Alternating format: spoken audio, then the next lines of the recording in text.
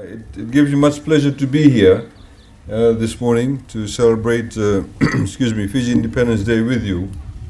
As you know, for the first time in Fiji, we'll have the official Fiji Day celebrations being held in Vanuatu in Labasa tomorrow, where we have His Excellency, our President, the Honorable Prime Minister, and various other dignitaries, including people from the Diplomatic Corps, and the full military parade will be held in Subrail Park on tomorrow. So I hope many of you can make it.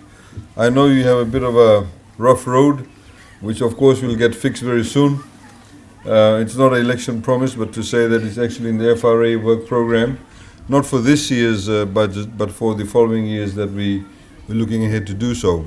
As you know also that in this area is currently getting connected to electricity, and the lines for this particular project in Lagalaga will be completed by the end of next year. The design has already started, and in fact, some of the areas progressively. When we have the Talanoa session, I can give you the full details as to which areas will get connected first. We of course are here today to celebrate Fiji's independence. 48 years that we have become independent now.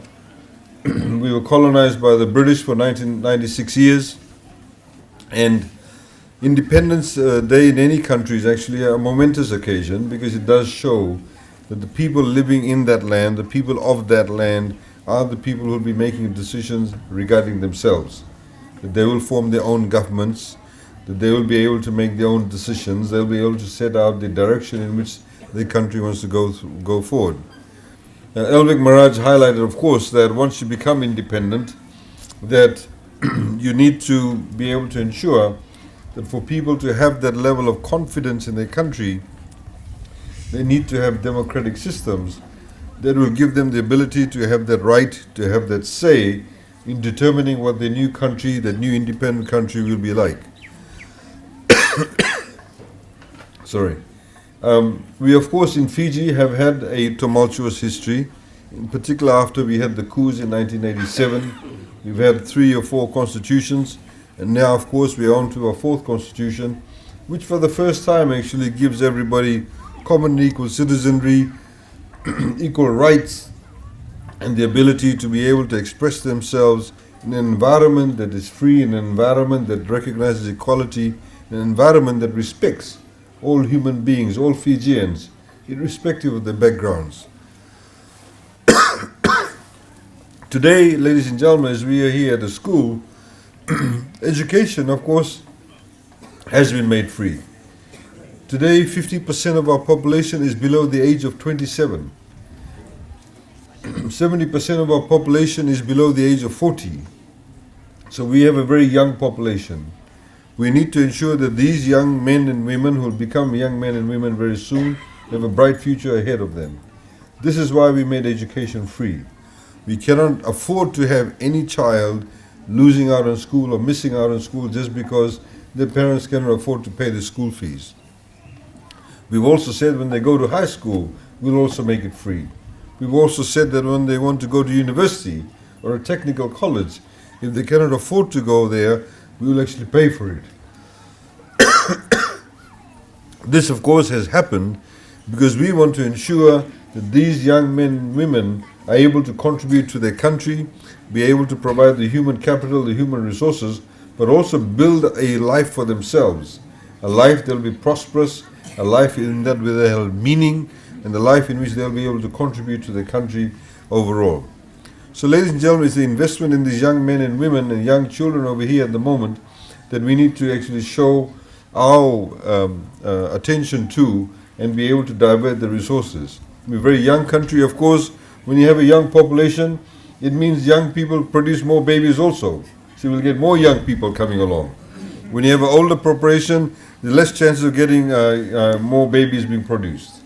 So of course, government has provided new ways of being able to assist those people, in particular who are in low-income families. When their new child is born, of course, now we provide $1,000 for them to be able to look after their children better, to be able to feed them better, to be able to look after them better, to be able to nurture them better. And in this way, we are ensuring that we're building a stable country, a country in which everybody feels very much part and parcel of. So, ladies and gentlemen, I look forward to having the Talanoa session with everybody. I also want to make a special mention of the school committee. As we all can see, that this school, of course, is very neat and tidy, is very well maintained. Many schools in Fiji actually are run by school committees, the school management, the committee members. If it wasn't for their interest, they don't get paid for it. If it wasn't for the interest, if there wasn't for their energy, many of the schools would not actually exist in Fiji. So we need to thank their forefathers and the foremothers who actually built these schools and had the vision to have an education system in place. And of course, they are now committing themselves, their descendants are now committing themselves to ensure that these schools actually are run, and we look forward to working with them in partnership to ensure that the school system is actually maintained and indeed the system is improved. We have a number of budgetary allocations, not just in this coming year, but the following years, that we hope to increase the capacity of the schools, to bring about better teaching aids, bring about better capacity for the teachers, and provide further training for them too. Once the electricity comes here, of course, we're able to do a lot more in the schools. My last message to you, ladies and gentlemen, would be that because it is Fiji Day, it is very appropriate for all of us to understand that all of us must remain loyal to our country, irrespective of what. Loyalty means that you actually put your country first. When you put your country first, you are able to ensure that we have a strong country. If there are people who are trying to somehow or the other undermine the country for whatever personal reason, political reason, commercial reason, whatever the case may be, you are actually not thinking long term. We need to, as citizens of this country, think about the long-term goals. Think about where we want to be in 5, 10, 15, 20 years' time.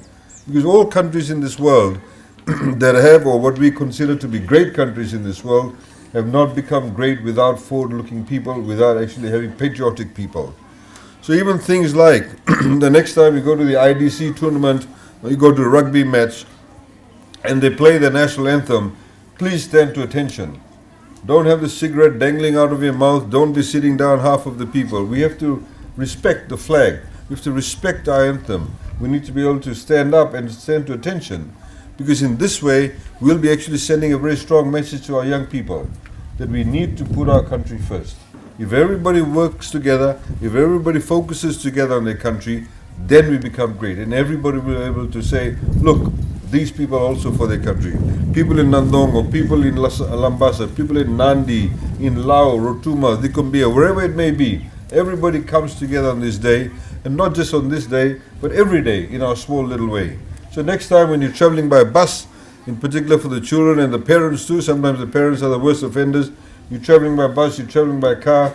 If you finished eating something, don't throw the plastic out of the window. Don't throw the packet of twisties out of the window, whatever it is, the beans you're eating. It dirties the environment. It makes your country look bad. It is not very good. It blocks the drains. Very simple thing like keeping your country clean means that you're actually being patriotic.